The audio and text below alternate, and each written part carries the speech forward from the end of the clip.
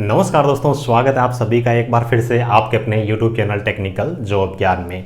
दोस्तों आज के इस वीडियो में अपन बात करने वाले हैं PGCL डिप्लोमा ट्रेनिंग के बारे में। 2022 में जो वैकेंसी आई थी जिसका अभी एग्जाम होने वाला है, इससे जुड़े हुए 4-5 महत्वपूर्ण टॉपिक के बारे में आपको जानकारी देने वाला हूँ। जिन बच्चों ने PGCL डिप्लोमा ट्रेनिंग 2022 में आवेदन कर रखा है उनके लिए भी इंपॉर्टेंट जानकारी रहेगी। जिन बच्चों ने इस वैकेंसी में आवेदन नहीं किया लेकिन डिप्लोमा कर रखा है, आगे की PGCL डिप्लोमा ट्रेनिंग में जिन बच्चों को आवेदन करना है, तैयारी करनी है, उनके लिए भी वीडियो बराबर काम का रहेगा, क्योंकि बहुत सारी इंपॉर्टेंट जानकारी आपको आज के इस वीडियो के अंदर मैं आपके साथ में साझा करने वाला हूं।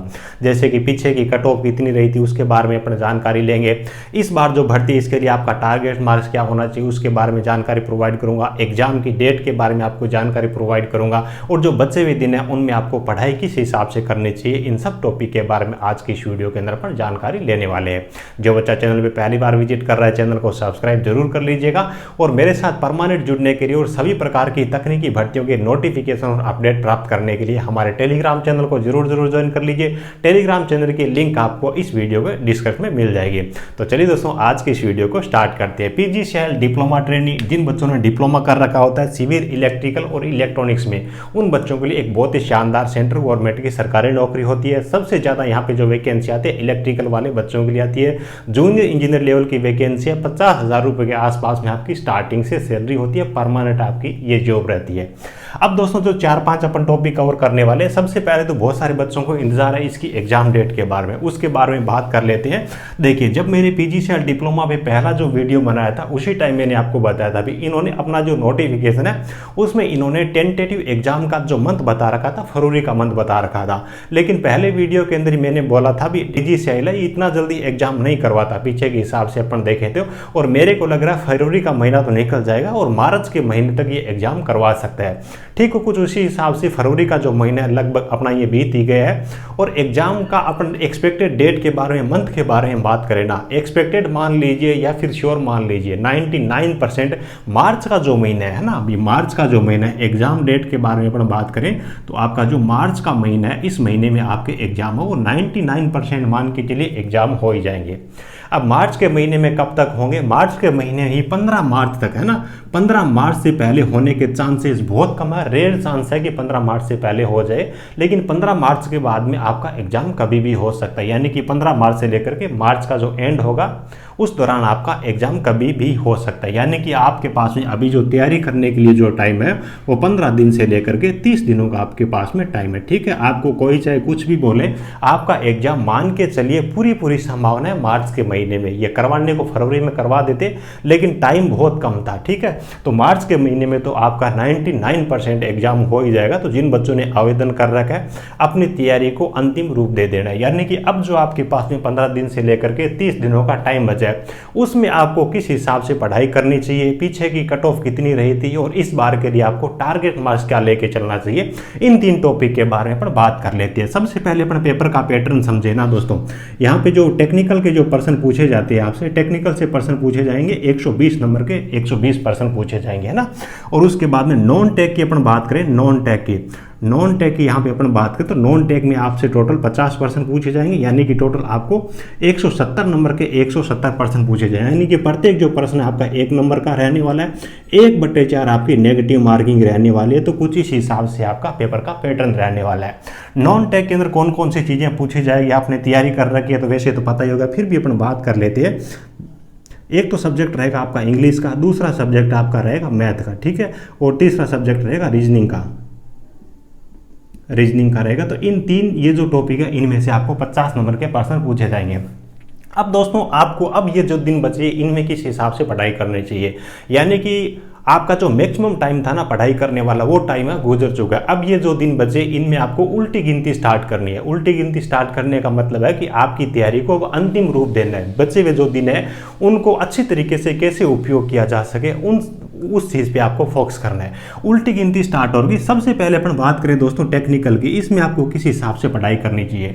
टेक्निकल का 120 नंबर का आपका टेक रहने वाला है, जो कि आपकी मतलब क्या कि अंतिम सिलेक्शन में बहुत ज़्यादा मदद करने वाला है। नॉन टेक है, इसमें से बहुत सारे बच्चे ऐसे होंगे जो आधा स्कोर भी नहीं कर पाएंगे, लेकिन टेक्निकल मेन इंपॉर्टेंट पार्ट रहने वाला है। लेकिन ऐसा भी नहीं है कि नॉन टेक में आप कुछ नहीं करके टेक्निकल के दम पे आप सिलेक्शन ले लोगे, लेकिन टेक्निकल में अच्छे नंबर लेके आना आपके लिए यहाँ पे कंपलसरी ही मान के चलिए 120 नंबर का टेक्निकल आपका रहने वाला है। तो अब देखिए आपके पास में दिन कम बचे हुए, आपका एग्जाम कभी भी हो सकता है। वैसे देखें तो आपके पास में 15 से लेकर के 20 दिन 30 दिन का जो टाइम बचा हुआ है, ये जो टाइम पीरियड बचता है इस टाइम में आपको ध्यान देना होता है। सबसे ज़्यादा आपके पास में जो प्रैक्टिस होती है वो ऑब्जेक्टिव प्रश्नों की और दूसरी चीज़ होती है आपकी टेस्ट सीरीज की। इन दोनों चीज़ों पे आपकी फोकस ज़्यादा होना चाहिए। यानी कि अब जो दिन बचे हुए ना, अब जब पढ़ाई आप स्टार्ट करते हो कल से, तो आप बराबर थ्योरी और बराबर ऑब्जेक्टिव प्रश्न है, इन दोनों चीज़ों को बराबर में स्टार्ट करना है। जैसे जैसे आपके दिन बीतते जाते हैं, मान के चलिए आपका एग्जाम हो एक एक दिन नज़दीक आता जा रहा है, नज़दीक आता जा रहा है। तो इसका मतलब है कि जैसे जैसे आप आगे बढ़ते हो, थ्योरी वाला जो पोर्शन है उसको टाइम देना कम करते जाना है और ऑब्जेक्टिव प्रश्नों को टाइम देना ज़्यादा करते जाना, ताकि ऑब्जेक्टिव प्रश्नों का आपका अभ्यास होता चले। और आपके पढ़े हुए ऑब्जेक्टिव प्रश्न में से एग्जाम में कोई ऑब्जेक्टिव प्रश्न आते तो आपका टाइम बचता है, मैथ रीजनिंग वगैरह इंग्लिश वगैरह वहाँ पे वो टाइम दे करके वहाँ से आप अच्छे नंबर निकाल सकते हो। थ्योरी आपने पढ़ी है, आज से पहले आपके पास में पढ़ने का टाइम था, लेकिन पढ़ाई आपको थ्योरी है वो अब भी जारी रखनी है। लेकिन जैसे जैसे दिन निकलते जाते हैं, आपका एग्जाम मान के चलिए नज़दीक आता जा रहा है, तो ऑब्जेक्टिव प्रश्नों को जो आप टाइम देते हो उसको बढ़ाते जाना है, थ्योरी वाले टाइम को कम करते जाना है। उसके बाद में देखिए जब आपके एडमिट कार्ड आ जाता है या फिर एग्जाम डेट आ जाती है, लगभग आपके पास में 7 दिन का 10 दिन का टाइम बचता है। उस टाइम पीरियड के दौरान आपको कम से कम 4-5 आपको फुल लेंथ टेस्ट है वो आपके लगाने जरूरी है। फुल लेंथ टेस्ट सीरीज हमारे पास में तो इसकी नहीं है, लेकिन 4-5 टेस्ट आपको कम से कम लगाने जरूरी है। आपके नंबर कितने बन रहे हैं, आप कितने टाइम के अंदर चीज़ें कर रहे हो ना, सब चीज़ों के बारे में जानकारी मिल सके, अंदर का जो ऑनलाइन टेस्ट का जो डर है वो भी आपका निकल सके। तो जब आपके एडमिट कार्ड आ जाते हैं या फिर एग्जाम डेट आ जाती है, 7 दिन से लेकर के 10 दिन का टाइम बचता है, तो उस टाइम पीरियड के दौरान कम से कम 4-5 आपको टेस्ट है वो भी लगाने है ना। अभी ये चीज़ है, देखिए एक चीज़ है कि आपके पास में पढ़ाई करने के लिए कंटेंट जरूरी है। बहुत सारे बच्चे क्या करते हैं, एग्जाम से पहले ये टेस्ट सीरीज का पैसा ले रहा है, ये नोट्स का पैसा ले रहा है, ये वीडियो कोर्स का पैसा ले रहा है। दोस्तों ये इंडिया है, यहाँ पे बगैर पैसे के न तो किसी का काम चलता है और न ही बगैर पैसे के कोई कुछ कर सकता है। इन्वेस्ट तो करना पड़ेगा, सबसे अच्छा जो इन्वेस्ट है वो पढ़ाई के लिए ही है ना। फॉर एग्जाम्पल टेक्निकल हेल्पर की अभी जो पीछे भर्ती आई थी राजस्थान में IT वाले बच्चों के लिए, एक बच्चा था, नाम तो मेरे विशाल नाम था या कुछ नाम था, कुशवा करके नाम था। उस बच्चे ने मेरे 2-3 वीडियो के नीचे कमेंट किए, सर मेरे को आपकी टेस्ट सीरीज तो लेनी है लेकिन मेरे पास में पैसे नहीं है, सर मेरे पास में पैसे नहीं है लेकिन आपकी टेस्ट सीरीज तो लेनी थी।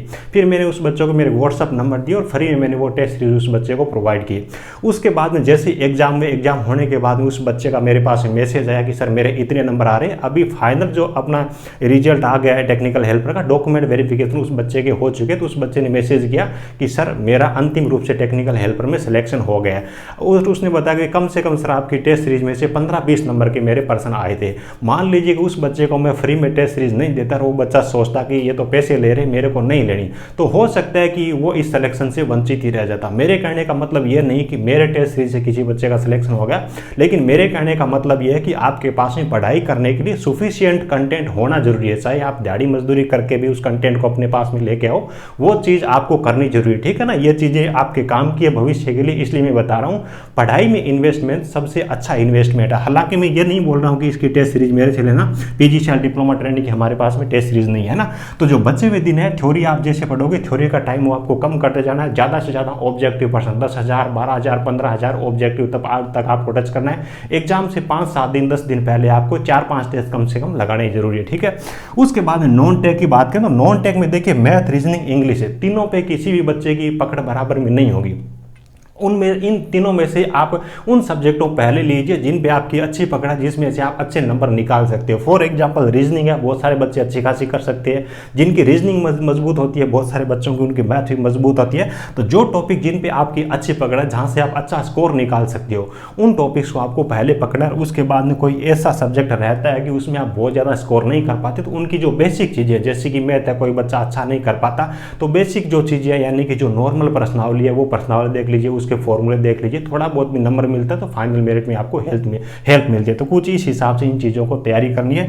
जितना आप टेक्निकल को टाइम देते हो, अब उतना ही आपको नॉन टेक को भी टाइम देना है, ठीक है। तो कुछ इस हिसाब से पढ़ाई करनी है। अब अपन टारगेट मार्क्स के बारे में बात कर लेते हैं। टारगेट मार्क्स भी अपन जाते हैं, उससे पहले थोड़ा सा देख लेते हैं। मैंने एनालिसिस किया 2022 की PGCL डिप्लोमा ट्रेनिंग की जो वैकेंसी थी सिविल और इलेक्ट्रिकल के लिए, उसकी कट ऑफ मैंने देखे। तो पहले अपन उस चीज़ पे चलते हैं, उसके बाद में अपन इसका जो टारगेट मार्क्स है उस पर अपन चलने वाले। PGCL डिप्लोमा डिप्लोमा ट्रेनिंग 2022 की जो वैकेंसी थी दोस्तों सिविल और इलेक्ट्रिकल के लिए, उसके अपन कट ऑफ के बारे में बात करें तो अनरिजर्व कैटेगरी की जो कट ऑफ गई थी इलेक्ट्रिकल के लिए, किसके लिए, इलेक्ट्रिकल ब्रांच के लिए जो कट ऑफ गई थी उसकी कट ऑफ गई थी 129 पॉइंट समथिंग गई थी।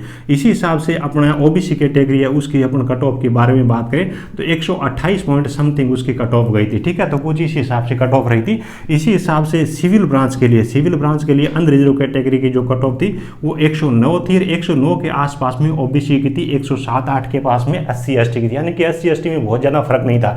इलेक्ट्रिकल में तो फर्क था क्योंकि वैकेंसी की वजह से फर्क हो जाता है। 80 की जो कट ऑफ थी इलेक्ट्रिकल में 107 नंबर के आसपास में थी शायद, और ST की 114 के आसपास में थी, कुछ इसी हिसाब से कट ऑफ रहती है। यानी कि एक राउंड फिगर में अपन लेके चले ना आगे अपने को टारगेट किस हिसाब से और कितना रखना चाहिए। तो देखिए अलग अलग ब्रांच के लिए वैकेंसी के हिसाब से अपनी जो कैटेगरी है उसके हिसाब से कट ऑफ के अंदर वेरिएशन होता है, ये तो सबको पता है। लेकिन आप एक रफली आइडिया अनुमान लेके चलिए, एक टारगेट लेके चलिए, आपको 130 नंबर आपको उस एग्जाम में किस हिसाब से बनानी है उस हिसाब से आपको मेहनत करनी है। यानी कि वो टारगेट है आज तक जिसकी कट ऑफ रही नहीं है। हालांकि एग्जाम की काफी क्या लेवल होता है, बच्चे आपके कैटेगरी में कितना अप्लाई करते हैं, आपकी कैटेगरी की सीटें कितनी है, ये सब चीजें होती है जो कि महत्वपूर्ण इंपॉर्टेंट फैक्टर होता है कट ऑफ के लिए। लेकिन तैयारी करने के लिए आप एक रफली फैक्टर है, एक नंबर है, वो टारगेट मार्क्स है, वो 130 लेके चल सकते हो, ठीक है। तो 130 नंबर का अब आपको 130 नंबर निकालने की से भी सबसे इजी जो है ना 120 नंबर है। डिप्लोमा वाले बच्चे जो तैयारी कर रहे हैं, रेगुलर तैयारी कर रहे हैं, टेक्निकल बच्चे हैं, 120 नंबर में से 100 नंबर का आप स्कोर कर सकते हो। PGCL डिप्लोमा का बहुत ज़्यादा एग्जाम हार्ड नहीं होता, मीडियम लेवल का एग्जाम होता है। और उसके बाद में जो आपके पास में 50 नंबर का पीछे नॉन टेक्निकल बच्चा हुआ है, इसमें से 30 नंबर तक की आपकी तैयारी, यानी कि यहाँ पे जो 50 नंबर आएंगे ना लगभग 15-15, 17-17 नंबर तीनों टॉपिक में से आएंगे। तो रीजनिंग है, बहुत सिंपल रीजनिंग आती है, मैथ के सिंपल पर्सन आती है,